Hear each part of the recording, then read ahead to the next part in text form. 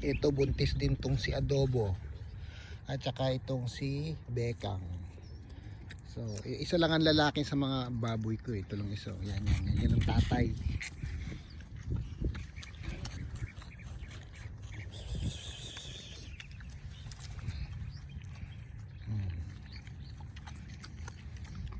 Kaya may mga susunod pa akong biik.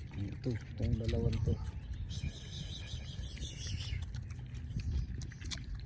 Sarap na sarap sila sa ano, sa orange. Grabe. Pati balat kinakain yan, walang tinitira yan.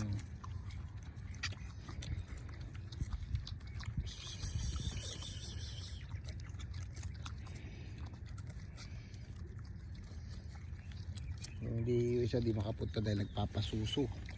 Kaya pala nawawala, 2 araw kong hinahanap. Nanganganak na pala ngayong araw. Nung una kasi akala ko malalaki lang ang tiyan talaga eh. Nakita ko rin laylay na eh. Ayan, ito katulad to, laylay na yung suso nito, ay laylay na yung tiyan. Tsaka to si Bekang. Ito si Bekang oh. Ito maganda pag nagkaanak to kasi maliit lang talaga to eh.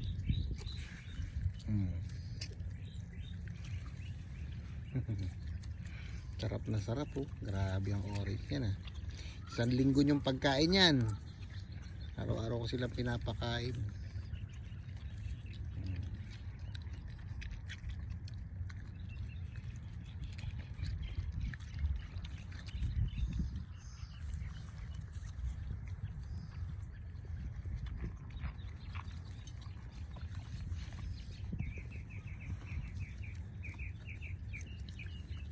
Ayan na yung nanay. Ito na yung nanay nagpasuso, sumunod.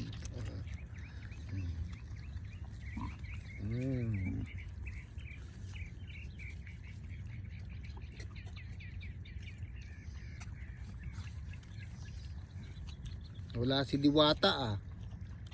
Diwata.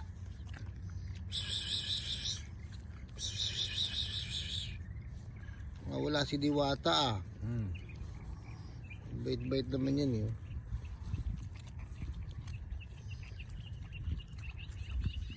Itong manganganak. Ito na manganganak si Adobo. Sigurado na yan. Manganganak na yan. Kasi laylay na yung yung tiyan. So madadagdagan na naman ang mga baby ko. Malaki rin yan ha. $200 isa pagka nanganak. $200 to $300 depende sa forma. Yung ito kasi si Bekang noon 500 to eh. Kasi ang ganda-ganda ng baby siya eh.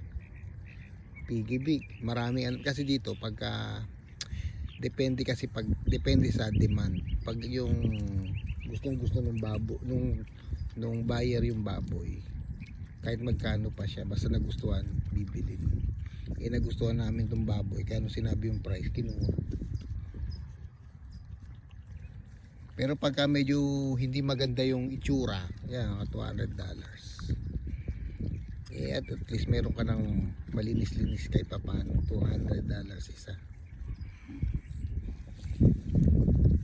Yung mga anak pa to isa itong dalawa eh. Bali ito si Adobo at saka ito pa si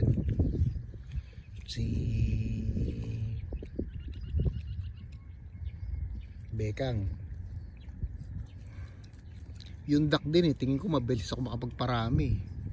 Yun nga lang kasi malakas sa feeds. Tapos mababa lang ang bentahan yun. Ito walang gastos to eh. Pagkain nila damo lang eh. Makapagparami ko nito, dito na lang magiging income. Parang sideline.